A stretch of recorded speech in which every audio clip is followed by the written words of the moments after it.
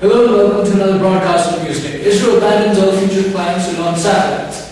All their money is now going to be moved into pension schemes for government employees yet to retire. Sports. A footballer is caught having illicit sex with a football. Defense.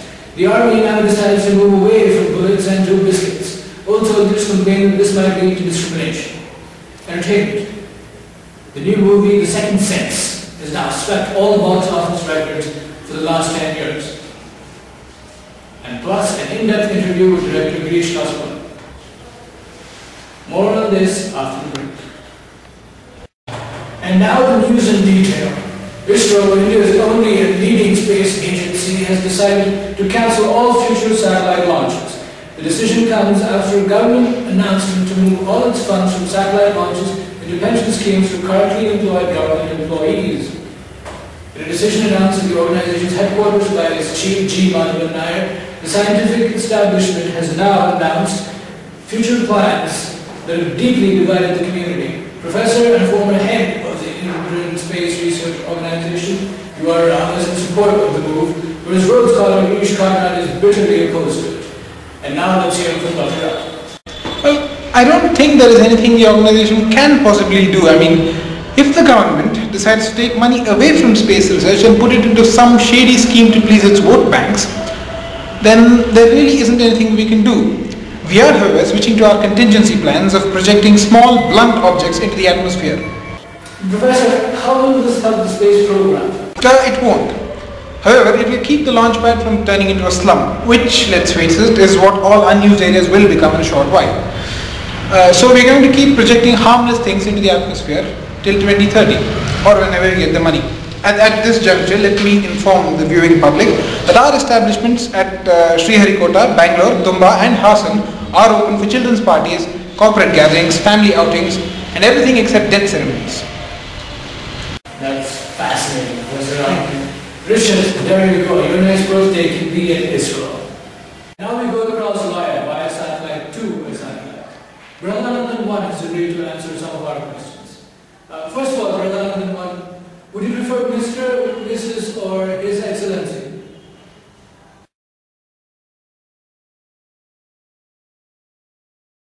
Very well. Your Excellency, what did it feel like?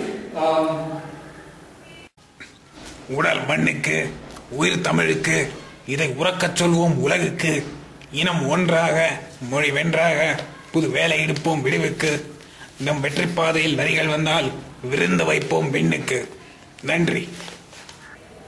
Did it hurt?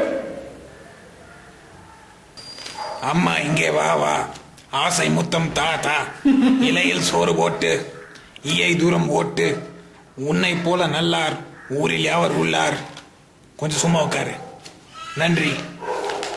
Are you in support of ISRO's decision to project blunt objects into space and leave young, hard-working, competent, meritorious, aspiring satellites on the ground?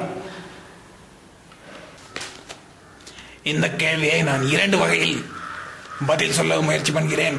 ஒன்று என் முதல் வாய்ஸில் என்றால் ஏண்டா நாயே பரதேசி பிசாசி பண்ணி பிஸ்கத்து குரங்கு கழுத வெப்பாட்டி வேலை இல்லாத வெட்டிப்பையன் வகை என்கிற கெட்ட வார்த்தைகளை உங்களை திட்டுகிறேன். இன்னொன்று ஒரு பெண்ணின் வாய்ஸில் என்னங்க எப்படி இருக்கீங்க நன்றி.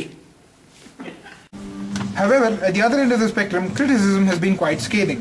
This is a very retrograde decision by ISRO, quite ungrateful too. Other industries like tourism, road development, defense give back more than what they get in as investment. In fact, railways too turned in huge profits last year. But what has space exploration ever done for us?